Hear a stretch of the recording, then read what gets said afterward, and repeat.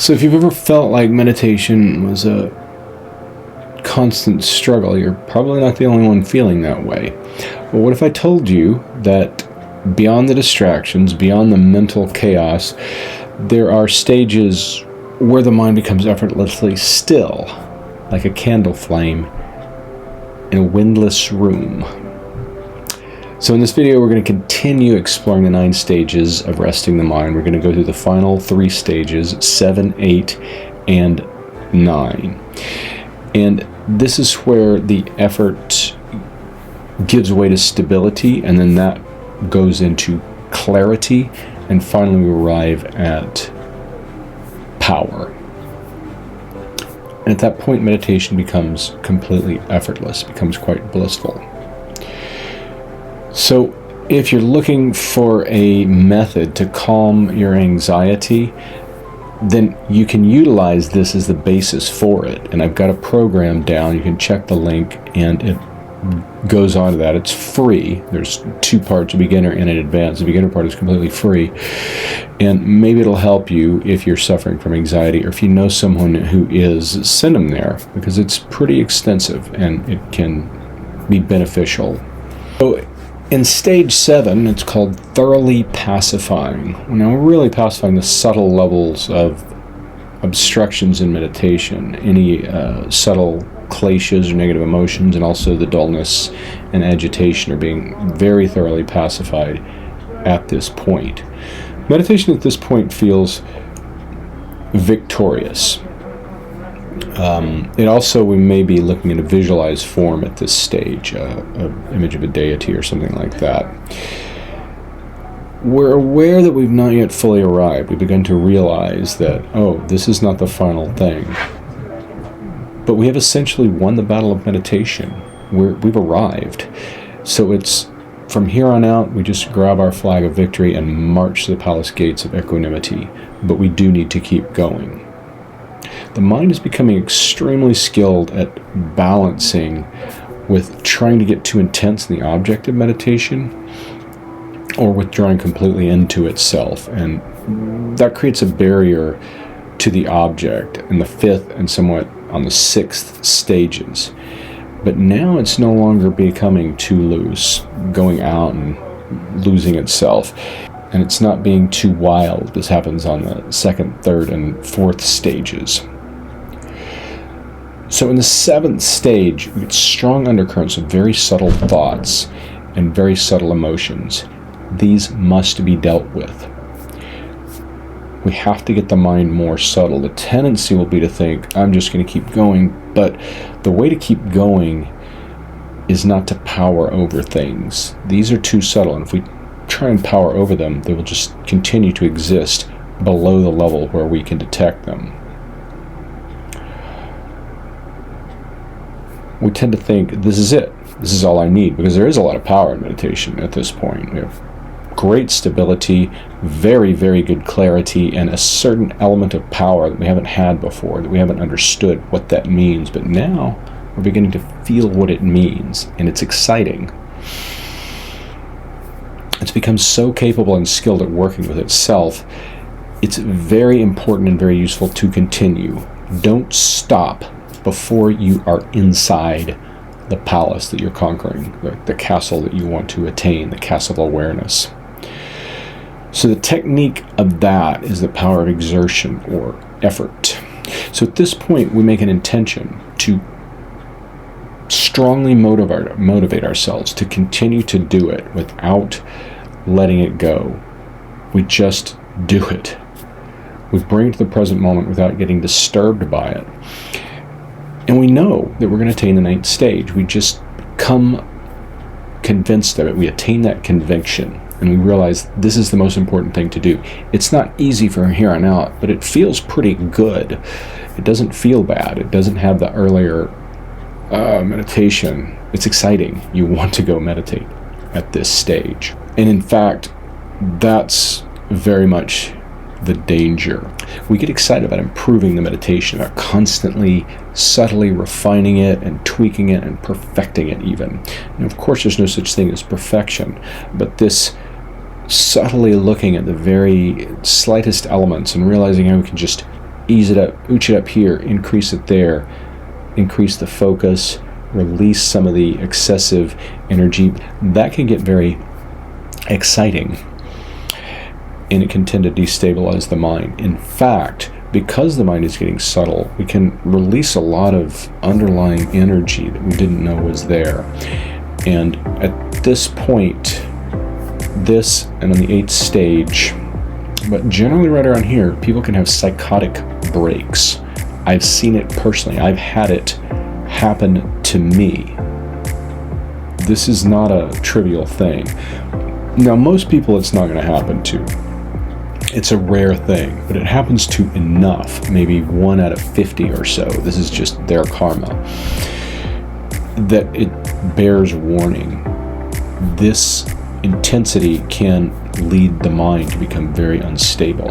If that happens, you are welcome to contact me through the website, and I will do everything I can to help. I know what it's like to go there, and anything I can do to help, I will do. And believe me, I've dealt with this a lot in my own mind and in other people's minds, and I've talked to other people who have experienced it, quite a few. I can help. Okay? So if you go to that point, then get in touch with me and I will help you. So these breaks are caused by a number of factors, and it's a very big problem for people. It can disrupt their lives. And for me, it went on for several months. I don't want to get too deep into it, but I was unable to really correlate myself with what was going on in life. It seemed so uncertain and tenuous. Things didn't seem real anymore. So at any rate, that probably won't happen to you, but it's good to be aware of it. Antidote to this level of excitement or the subtle dullness, probably more like subtle elation at this point is the issue, is to maintain your diligence and your awareness. Don't over tighten. Because over tightening creates more energy in the meditation.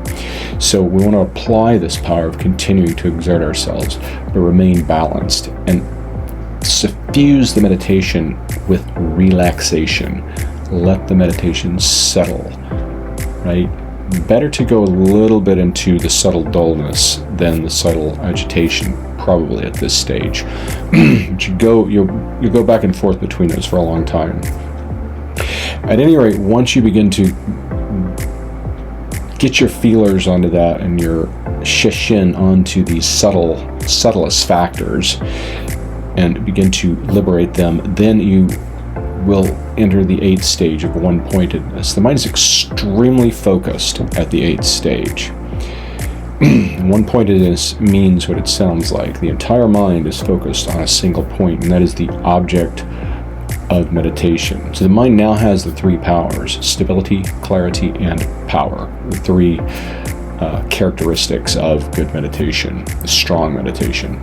Meditation is flowing. It's virtually effortless. The mind is calm. It's settled. It's extremely stable. So at the 8th stage, it's important to sharpen awareness and to see the extremely subtle levels, because always below the subtle levels, there's an even subtler level. That's kind of the bad news, but it's just the way it is. But it can also be very enjoyable to see those things, and to just surf that difference between looking deeply, looking very precisely, and being paranoid about it. Not letting yourself go into the paranoia, not letting yourself go into the obsessiveness, to release that, but just let the mind subtly engage with itself at an extremely deep, profound, and subtle level. It's one of the most satisfying things you will ever do. So the problem on the 8th stage is it starts to feel so good that we think we've really arrived, and in fact we're not quite there. So we stop applying the antidotes. That's the obstacle.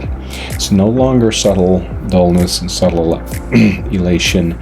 It's just we've got our room 90% clean, but we still left the cobwebs in the corner.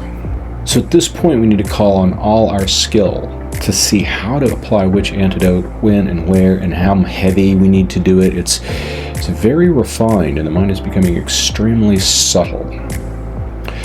So at that point, we get to the 9th stage called Equanimity.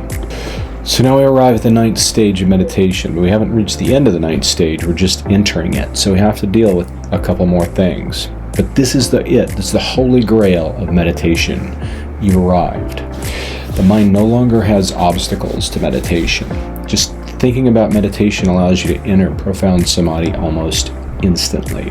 This can degrade over time if we don't practice. It takes intensive maintenance. It's one of the reasons people go on to Vipassana as objects of meditation. That's a different discussion, and I don't want to get into it here. At this point, we've pretty well perfected meditation as far as we can go without becoming a yogi in a retreat or something like that. But even here, there is one final refinement. We have to let go of the antidotes. Why? Because during the 8th stage, we remembered to apply the antidotes, and we created a subtle habit of applying them no matter what. But now we're applying the antidotes to themselves. They themselves are the subtle movement of mind. So we're caught in a little trap of trying to get rid of the antidotes by putting the antidotes in there. But as soon as we get rid of one set, we put a new set in there, and we have to come along and get caught in an endless loop. So the solution, of course, is stop applying the antidotes. Just rest in equanimity. You're there. You can enjoy it and appreciate it. At this point, meditation should be very, very stable. You should be able to meditate for several hours without it being a problem. Your knees won't hurt, your body won't hurt, the subtle winds will have entered the channels and so forth.